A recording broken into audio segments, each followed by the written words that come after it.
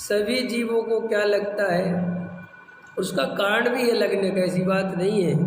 क्योंकि कई दफ़े मैं ये बात कहता हूँ, वस्तु स्वरूप में जो स्थिति है वो थोड़ी सी उलझी हुई है, पूरी तरह साफ नहीं है। साफ क्यों नहीं है? कर्म दिखाई नहीं देता, आत्मा दिखाई नहीं देता, और दिखाई देते हैं पर पदार्थ। जैसे मुझे किसी ने आके यहाँ चांटा मार दिया तो मुझे कर्म तो दिखाई दिया नहीं, मुझे आत्मा तो दिखता नहीं, ये चांटा दिखता है और मारने वाला दिखता है। तो क्या भ्रम होता है, किसने मार दिया? अब वो टोना मल्ली साहब कह रहे वो चांटा उसने नहीं मारा। वस्तु स्वरूप कह रहा वो चांटा तुम्हारे ही कर्म ने तुम्हें मारा है, और तुम किसको मान रहे हो? उसका कारण दूसरे को। तो अब देखो, दूसरे को मानने से उस पर क्रोध आता है कि तूने मुझे मारा। अब देखना कैसे फिलॉसफी, अब क्रोध आया तो फिर कर्म बंधा, अब वो फिर हृदय में आएगा, अब फिर तुम नहीं पहचान पाओगे, तुम फिर क्रोध करोगे, फिर कर्म बंधेगा। ऐसी एक कसाई की कहानी नहीं है ये जो अनादि काल का जो चक्र चला आ रहा है, जो जन्मों जन्मों से ये कहानी चली आ रही है, वो कहानी ऐसे ही चली आ रही है बिल्कुल। कि बात इतनी सी है कि हर बार वही गलती कर बैठता हूँ, हर बार एक बार एक ही गलती, एक ही तरह की। कारण क्या है कि भाई जो दिखाई दे रहा है नॉर्मल सहज, वो यही दिखाई दे रहा है कि फला व्यक्ति ने मेरा बुरा कर दिया।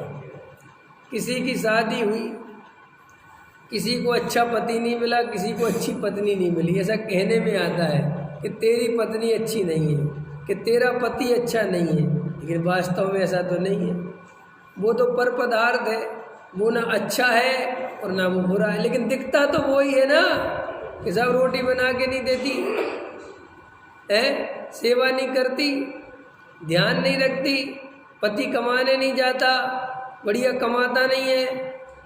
अब अपन को लगता है कि ये इसके कारण हो रहा है।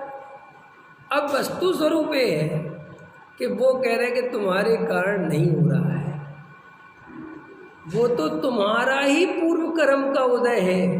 और वो भी पूर्व कर्म का उदय कैसे बंधा? कि तुमने ऐसा किया था। मैंने वो जो तुम्हें आज दुख दे रही है, जो तकलीफ, वो तकलीफ तुमने पहले किसी और को दी थी। ये जो कर्म फिलॉसफी है ना, कर्म फिलॉसफी को समझाने का जो मतलब है कि चंदन वाला को वो सेठानी दुख दे रही, उदाहरण, तो वो चंदन वाला से कोई लेना देना नहीं है और वो सेठानी से कोई लेना देना नहीं है। ये सारे कहानी किससे इसलिए समझाते हैं कि भाई ये तुम्हें समझ में आ जाए कि वो सेठानी चंदन वाला को दुख नहीं दे रही है, वो चंदन वाला को दुख उसका स्वयं का किया हुआ कर्म है। और फिर वो पूरा भाव बताते हैं, तो ये पूरा भाव अपन को तो पता नहीं होते। जैसे यहाँ पर तो चंदन वाला पे करुणा आ रही और सेठानी पे गुस्सा आ रही, लेकिन जैसे ही बैक में जाओ, पूरब भाव में जाओ, तो सेठानी पे करुणा आएगी और चंदन वाला पर क्रोध आएगा। बदल गई ना। अब तुम्हें प्रेजेंट में जो दिखता है तुम उसके अनुसार निर्णय कर लेते हो, लेकिन वस्तु स्वरूप प्रेजेंट से नहीं चल रहा है। वो कह रहे साहब हर चीज़ की एक ना एक कड़ी जुड़ी हुई है, तो वैसी शकल क्यों मिली? ये जो शकल है आपकी अलग है, मेरी अलग है, आपके शरीर की बनावट अलग है, मेरे शरीर की बनावट अलग है। कोई थोड़ा सुंदर ज़्यादा दिखता है, कोई कम सुंदर दिखता है, कोई सांवला है, कोई गोरा है, कोई काला है, कोई छोटा है, कोई लंबा है। ये सब क्या है? साहब कुछ नहीं है। ये कहानी आज से नहीं चल रही है। पूरब में जैसे नाम कर्म बांधा था वैसा शरीर मिला हुआ है। तो सब ये बात क्यों समझा रहे?